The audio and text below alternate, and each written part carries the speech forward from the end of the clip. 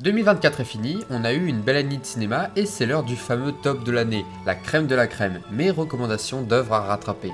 Je suis vraiment très content de ce top, vous allez voir, il y a plein de choses vraiment diversifiées, reflet du panel de cinéma que l'on a reçu cette année et évidemment, chaque critique sera sans spoiler afin que vous puissiez avoir envie de découvrir l'œuvre si vous n'avez pas eu l'occasion de la voir. Alors j'aimerais parler de plein d'œuvres, mais malheureusement on doit se contenter de mon top 10. Donc je vous mets plein d'affiches de trucs que j'adorais, voilà, comme ça vous permet de voir que ça et ça c'est pas dans le top 10. Comme ça au moins ça c'est posé. Mais ne partez pas maintenant, on va quand même parler de plein de belles choses. Bon, on commence quand même doucement avec quelques outsiders, les films dont je ne vais pas parler parce qu'ils ne sont pas dans le top 10. Je ne parlerai donc pas de Moi, Capitaine, film qui ne fait que grandir en moi depuis que je l'ai vu, auquel je pense très régulièrement, œuvre extrêmement dure qui confond toujours l'humain contre l'inhumain en ajoutant une touche de poésie très troublante, mais qui rend le film assez unique. Je ne parlerai pas non plus de Tatami, film brillant qui arrive à prendre un total contre-pied sur mes attentes et à les renverser constamment, bourré de tension et particulièrement actuel, ce qui peut parfois le rendre un peu problématique. Une histoire magnifiquement mise en image qui bouleverse les codes du sport dans un retournement de situation qui m'a subjugué. Je ne parlerai pas de La salle des profs, huis clos dans un collège plein de tensions, constamment trouble, où une impression de danger plane alors que cette micro-société se délite autour d'un problème qui ne fait que se compliquer et pousser les personnages à sortir de leur gonds. Les acteurs sont absolument phénoménaux et le film souffre notamment d'une résolution assez peu satisfaisante, sans quoi il aurait peut-être même pu rentrer dans le top. D'ailleurs, on approche du dit top, toujours sans parler de Furiosa, qui a beaucoup troublé avec son changement de rythme drastique par rapport à Fury Road et son utilisation plus fréquente des effets numériques. Néanmoins, le film arrive à jouer sur une tension bien plus statique, jouer sur la négociation, avec régulièrement des scènes de siège qui, bien qu'avec leur lot de bagarres évidemment, semblent bien plus stratégiques encore que le prédécesseur. C'est une déconstruction des attentes qui trouble évidemment, mais offre une nouvelle vision de l'univers qui est passionnante et une confrontation finale brillante, en plus d'être un pari particulièrement risqué. Et enfin, aux portes du top, je ne pourrais pas parler de Love Lies Bleeding, romance musclée avec des scènes hallucinantes, brillantes, d'une violence tantôt effrayante, tantôt hilarante, une véritable histoire de suspense où l'on a parfois autant peur des mafieux que des protagonistes. Et bien que la fin ait pu me décontenancer, le film s'offre une place d'honneur dans cette vidéo de fin d'année. Bon, on a pas mal parlé de trucs dont je devais même pas parler, et on va enfin attaquer le top 10. Sans laisser le suspense plus longtemps, en 10ème position... I told you to look out for him! I just love being out there with you guys. It's the only thing that matters to me. The Bonner will forever be the greatest family in the history of wrestling! The Iron Claw se base sur une histoire vraie, celle de la famille Von Erich, 4 frères champions de catch dont la famille et la vie vont être détruites par de terribles décisions et accidents. Il y a quelque chose de passionnant dans cette histoire de malédiction familiale, une inéluctabilité qui transperce le film, qui plane au-dessus de ces personnages qui sont conscients que quelque chose cloche, mais qui sont tellement embrigadés dans l'univers du catch et la pression de leur père qu'ils ne peuvent jamais s'échapper. Le film arrive alors à former une étrange dualité, aussi entre un amour fraternel qui crève l'écran et qui est particulièrement touchant, et une rivalité mise en exergue par le père qui littéralement classe ses fils par ordre de préférence. C'est une histoire de frustration, de comment cette dernière va empoisonner les liens de cette famille pour créer une légende avant de la déconstruire, un pur rise and fall, certes à première vue classique, mais qui est orné de multiples relations fraternelles touchantes. Les 4 frères sont merveilleusement interprétés. Zac Efron, que l'on connaît pas vraiment pour ses rôles particulièrement spectaculaires, offre ici une performance que j'ai rarement vue. Le père est terrifiant tout au long du film, et je suis personnellement fasciné par le rôle de la mère, contrainte de voir la malédiction détruire sa famille sans pour autant manquer de force. Le film est mis en image dans une des plus belles cinématographies de l'année, constamment signifiante, visuellement saisissante et qui a marqué des images dans ma rétine tout au long de l'année. Une entrée en force dans ce top 10, mais nous allons quitter le catch pour la guerre avec, en numéro 9... Under God, indivisible, with liberty and justice for all. Go, go, go, go, go!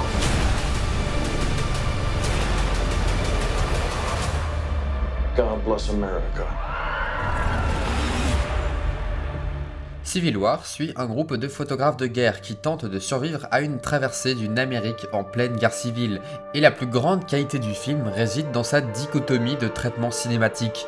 Au vu du budget du film et de la réputation qu'ont les films de guerre, il est assez simple d'essayer de faire de belles images marquantes, c'est d'ailleurs la quête des personnages.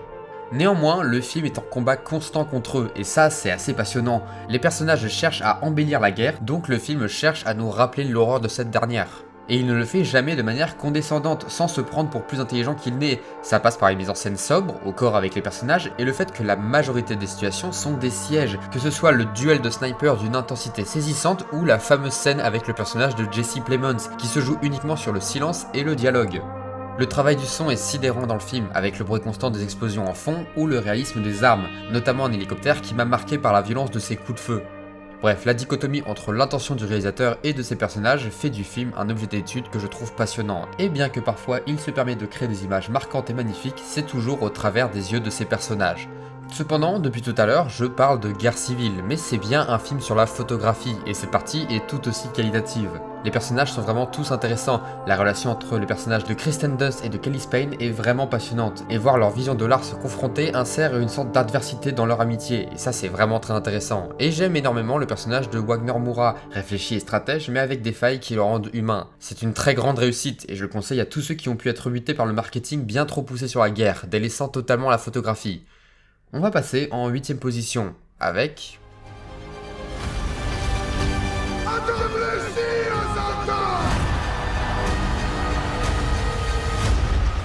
He who can destroy a thing has the real control of it.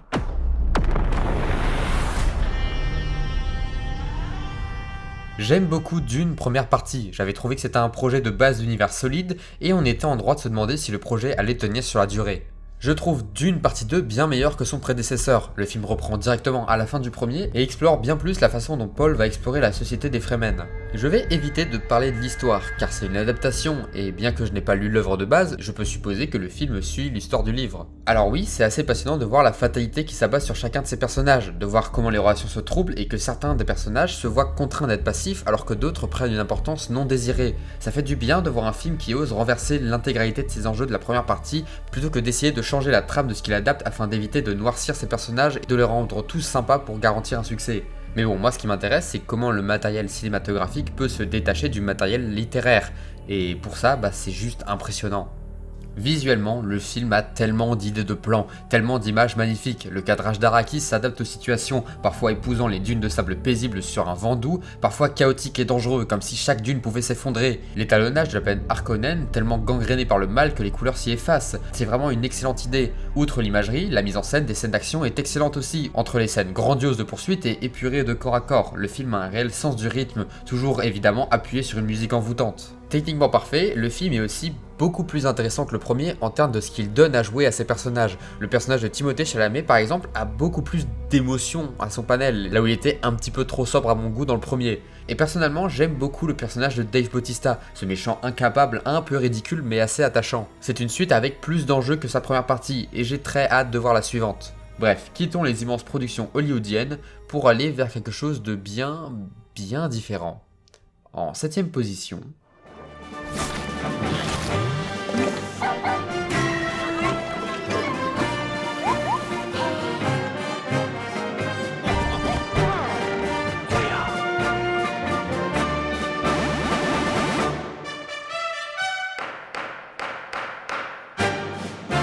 Hundred of Beavers est un projet qui n'a failli jamais sortir en France, et heureusement qu'il est aujourd'hui disponible sur Prime Video, étant donné que c'est de loin une des propositions les plus singulières et les plus originales qui m'était donné de regarder. Le film suit un vendeur d'alcool alcoolique qui va tout perdre et va devoir survivre à un hiver rude et glacial tout en combattant une armée de ratons laveurs.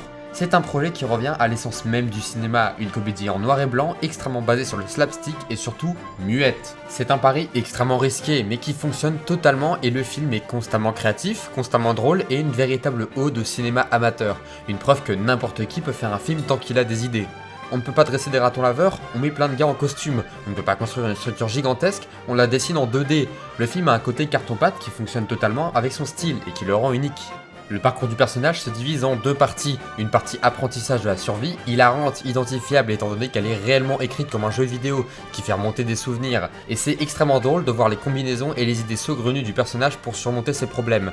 Mais là où le film prend son réel envol, c'est la seconde moitié, où les ratons laveurs entrent réellement en jeu. On passe par toutes les situations et c'est vraiment rafraîchissant au sein d'un monde de cinéma bercé par l'argent et le profit, d'avoir une œuvre qui se concentre sur deux choses. Bien faire avec les moyens qu'elle a et faire rire le spectateur. Je serais pas étonné si vous l'avez raté, mais honnêtement, s'il y a une œuvre à rattraper, je pense que c'est celle-là. Bref, passons au top 6 avec une œuvre complètement différentes, mais tout aussi singulières.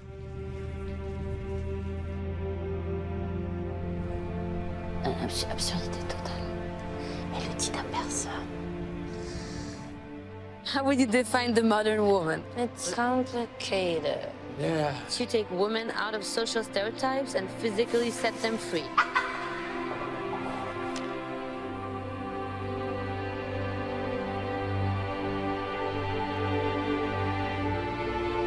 The only way out is to be really good. S'il y a un film de ce top qui est vraiment pas évident à présenter, c'est bien Apollonia. C'est un documentaire qui suit la réalisatrice dudit documentaire filmant la vie d'une artiste pendant 13 ans. Et ça déjà, c'est assez bizarre et déroutant. La réalisatrice, la cadreuse, est un véritable personnage du film, au même titre que Apollonia, l'artiste peintre, sujet principal du documentaire. Mais c'est aussi là tout l'intérêt du film. Il y a deux lignes narratives, la carrière et la vie d'Apollonia dans un premier temps, mais aussi la relation entre cette dernière et la réalisatrice, relation qui se construit sur 13 ans. On voit les deux femmes grandir, vieillir, leur vie se développer entre les constructions de leur famille et de leur carrière. La réalisatrice ne tente jamais de voler la vedette à Apollonia. En réalité, Apollonia est constamment à l'image, et parfois elle vole la caméra à la réalisatrice pour la filmer. Mais ça, ce n'est qu'une petite partie du documentaire. L'autre partie, la vie et la carrière d'Apollonia, est également absolument brillante. Le film tisse le portrait d'une femme engagée artistiquement et politiquement à la vie tumultueuse et unique. Un documentaire qui ne va pas se concentrer uniquement sur sa carrière, mais aussi sur ses idées et comment elle guide sa vie et son art. Le film va parfois aussi se séparer du côté artistique pour se plonger dans ses pensées, ses relations amoureuses parfois. Ce n'est pas évident, sans avoir vu le film, de comprendre à quel point ce dernier est brillant et unique. Une vision marquante qui offre des images parfois supérieures à celles produites en studio. Probablement, en toute honnêteté, le meilleur documentaire que j'ai pu voir de ma vie. Par ailleurs, j'en ai vu pas mal de bons cette année, et tous différents sur leur approche, donc je vous conseille tout cela, c'est cadeau, c'est bonus, ça me fait plaisir. Bref, passons à la deuxième moitié du top, avec, en 5ème position...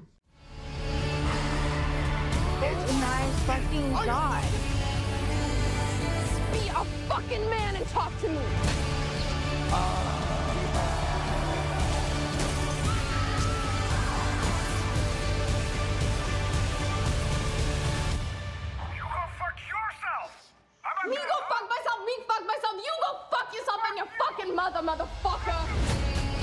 Anora raconte l'histoire d'une stripteaseuse qui va se marier avec un jeune fils de millionnaire russe. Sauf que la famille de cette dernière s'oppose à cette union. Il y a quelque chose qui me passionne par-dessus tout dans le film, c'est la manière dont il filme les travailleuses du sexe. À de nombreuses reprises, le film met en scène des séances de striptease, et bien que Mike et Madison fassent des choses objectivement sexy, le film la présente comme une personne qui fait son travail. Rien de plus. Et ça, c'est passionnant. Ça passe notamment par le fait qu'elle est filmée en réalité assez peu, mais que le film se concentre sur les réactions des personnages, avec ce gamin tout excité, assez réaliste même, dont l'immaturité qui, à première vue est un ressort comique, va, avec surprise, devenir l'enjeu principal de l'histoire. Et ça aussi, ça rend le film passionnant. Il va passer 1 heure à mettre en place une situation initiale avant de renverser son récit intégralement et de partir dans la direction opposée. Et à ce moment, le film devient extrêmement drôle, notamment grâce à sa personnage principale interprétée superbement, une femme au caractère fort qui n'hésite pas à employer les grands moyens. Voir les rapports de force complètement déroutés par cette stripteaseuse insultant des mafieux, c'est assez unique et galvanisant. C'est étrange parce que j'ai pas l'impression d'avoir tant de choses pertinentes à dire sur ce film. C'est une palme d'or méritée, un très bon film, mais qui m'électrise un peu moins que certaines entrées du top, notamment celle que je vais aborder dès maintenant, car on passe à la 4ème position, avec... Vous étiez pas au procès, vous savez pas de quoi vous parlez, vous savez rien. Mais est-ce que vous avez vu les images tirées des vidéos de meurtre? Fais-moi confiance. Faut pas que tu les vois, ok? C'est tout. Tu sais, Kellyanne, il y a une affaire que je comprends pas. Pourquoi t'es là, toi?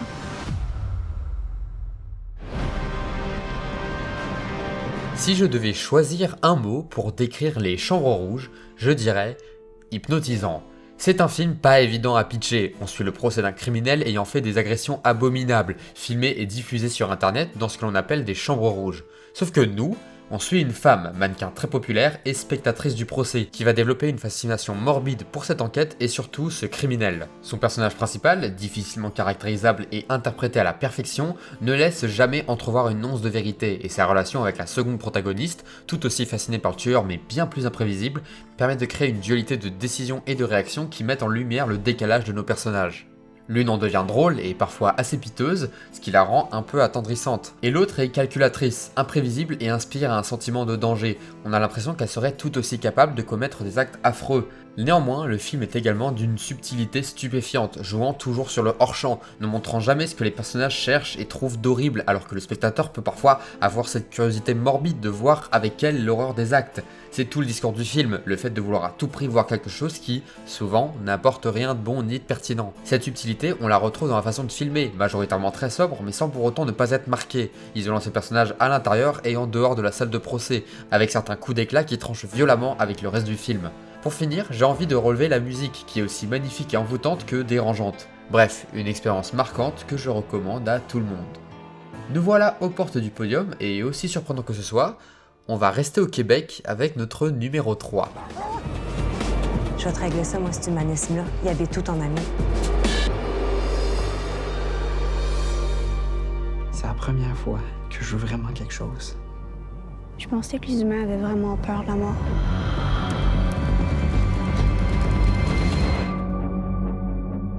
Honnêtement, en allant voir Vampire Humaniste cherche suicidaire consentant, je ne m'attendais pas à autant aimer le film, et je crois que je suis complètement tombé amoureux de ce dernier.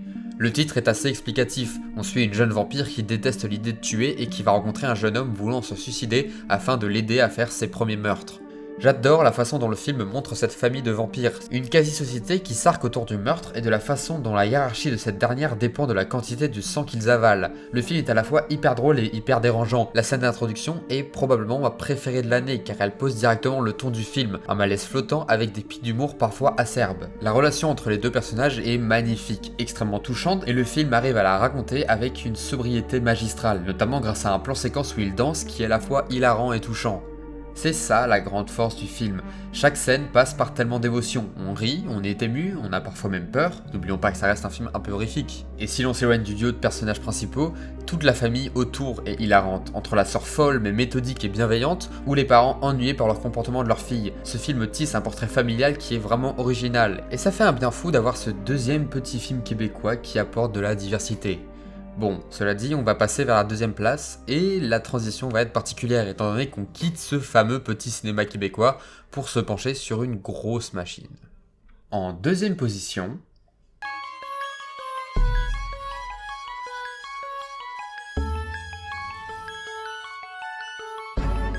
I am finding being alive fascinating.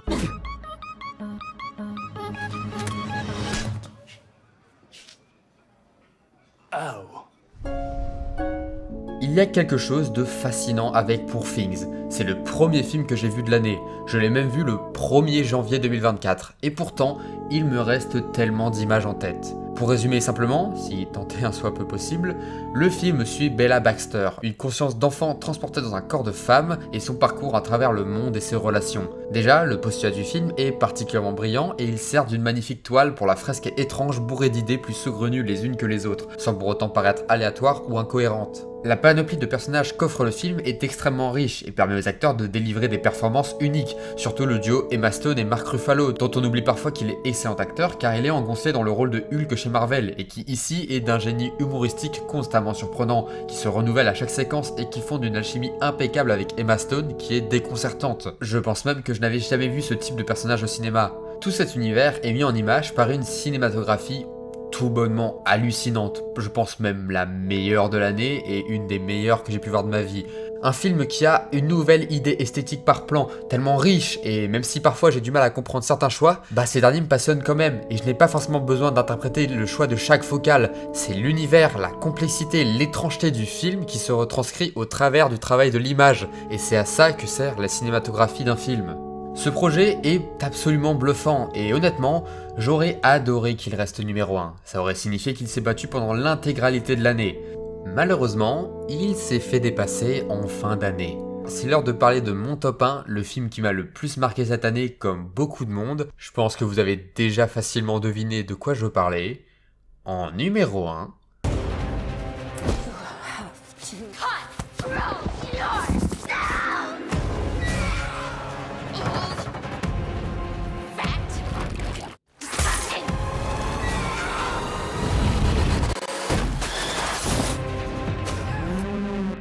The Substance était facilement ma plus grande attente de l'année, après son passage remarqué au Festival de Cannes. Et quelle réussite! C'est l'expérience la plus puissante, la plus originale et la plus troublante que j'ai vécue de l'année. Le film suit Elizabeth, actrice en déclin, qui va prendre une substance permettant de se dédoubler et de partager sa vie avec une version plus jeune d'elle-même. Le film est bourré d'idées de mise en scène, un choix notamment sur ses focales, souvent extrêmement courtes afin de mettre en image la déformation de la société qui englobe son personnage, mais aussi de plonger au plus proche de cette dernière. Le montage est d'une frénésie épuisante, appuyant le jeu de caméra tantôt extrêmement propre, puis tranché sur un style bien plus chaotique, presque même bordélique. Je pense que c'est cette imprévisibilité qui me passionne dans le film, que ce soit au sein des événements de son histoire ou de la manière dont Coralie Farja les met en scène. Le film va toujours plus loin et c'est extrêmement satisfaisant à voir. Évidemment, même pas besoin de les mentionner, mais les effets pratiques sont subjugants et apportent au film une saveur unique, une générosité sans faille qui, j'espère, inspirera à des prochaines œuvres d'horreur. L'écran est transcendé par la performance de ces deux actrices, Demi Moore et Margaret Qualley, qui sont toutes deux filmées comme des monstres. Demi Moore car elle se perçoit comme telle, et Margaret Qualley par la manière dont la mise en scène la perfectionne constamment, l'inhumanisant avec un male gaze volontaire et très dérangeant. Le film est là pour diviser, et c'est une œuvre qui fait marque dans l'année, une preuve une nouvelle fois que les réalisatrices françaises ont du talent et un sens de la mise en scène, et ça fait vraiment du bien. Voilà mes recommandations de l'année. Si vous êtes arrivé jusqu'ici, merci beaucoup, j'espère que ça vous a plu. N'hésitez pas à liker et à me dire vos classements personnels dans les commentaires, ça m'intéresse vraiment. Et moi je vais vous laisser, je vais aller préparer les prochaines vidéos qui devraient arriver cette année. J'ai pas mal d'idées en tête, j'espère vraiment que j'arriverai à continuer dans la direction de ma dernière vidéo parce que c'est quelque chose qui me plaît beaucoup. Et j'espère que vous serez au rendez-vous. Merci à tous d'avoir suivi Stop, bon début d'année, et allons au cinéma.